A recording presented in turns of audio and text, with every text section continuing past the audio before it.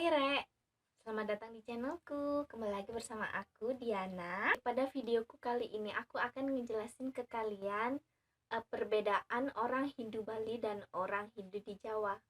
Nah, yang pertama, cara berpakaian sembahyang. Cara berpakaian sembahyang orang Hindu itu pada umumnya sama, tapi untuk Hindu Bali dan Hindu Jawa itu jelas berbeda.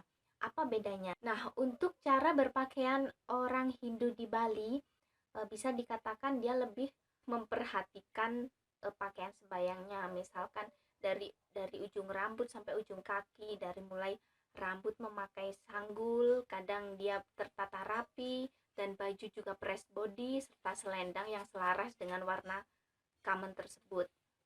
Nah, untuk cara berpakaian orang Hindu di Jawa sendiri itu selebihnya sama. Cuman yang membedakan, kadang orang Hindu di Jawa itu tidak terlalu memperhatikan penampilan sembayangnya. Jadi dari mulai ujung rambut sampai ujung kaki itu dia cenderung cuek. Kadang asal pakai baju sembayang aja, yang penting kan sembayangnya gitu.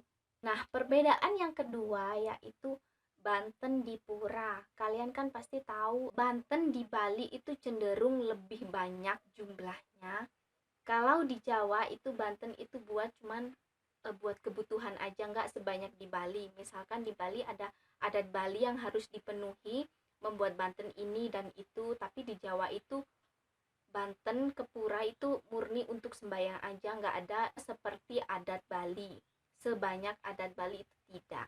Nah, yang ketiga ada tempat sembahyang. Biasanya di Bali itu kan ada tempat sembahyang di masing-masing rumah. Biasanya itu satu natah itu beranggotakan beberapa keluarga dan itu masih saudara. Nah, tempat sembahyang sendiri itu kalau di Bali itu biasanya untuk sembahyang bisa dibilang satu leluhur. Jadi masing-masing keluarga itu mempunyai satu pura di luar rumah dan itu untuk keluarga besar keluarga tersebut. Nah, untuk di Jawa tidak semua umat Hindu itu mempunyai pura di depan rumah. Hanya beberapa saja dan itu kadang cuman berupa pura kecil satu yang tinggi itu yang biasanya disebut Padmasari.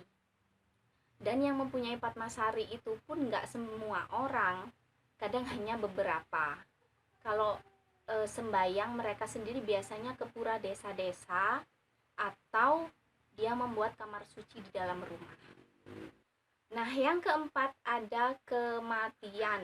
Nah, di Bali kematian orang Hindu itu cenderung rata-rata hampir keseluruhan itu di ngaben atau kremasi.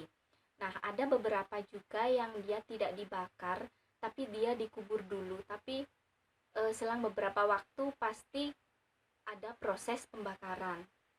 Nah, kalau di Jawa, kematian orang Hindu tidak semuanya di ngaben atau dibakar. Ada beberapa malah lebih banyakan itu dikubur karena mereka tahu biaya ngaben atau kremasi itu tidak sedikit, ya lumayan menguras kocek. Nah, kadang di Jawa sendiri itu ada kremasi massal atau ngaben massal yang mana kadang per keluarga yang mau membakar mayat keluarganya yang dulu dikubur itu bisa, dia hanya membayar beberapa persen saja dari total keseluruhan kremasi karena itu bantuan dari pemerintah. Nah, yang kelima ada Banten untuk upacara.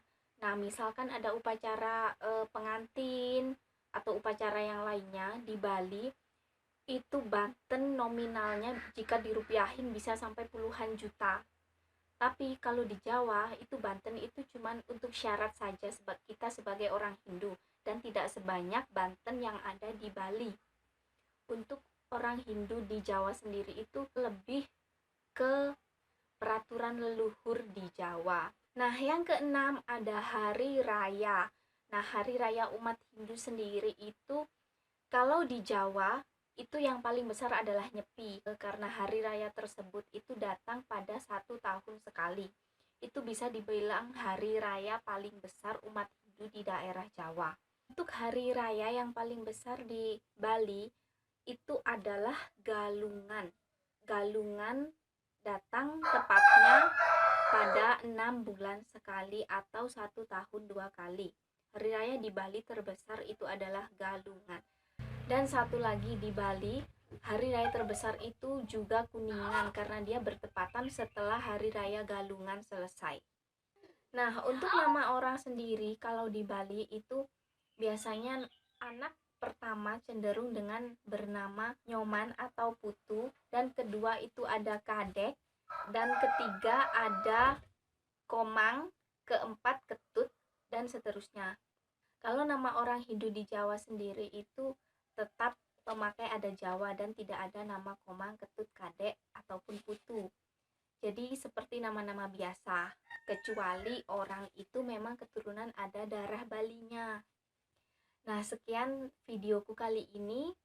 Kalau kalian suka dengan video ini, jangan lupa like, komen, serta subscribe, dan share ke sosial media yang kalian punya. See you!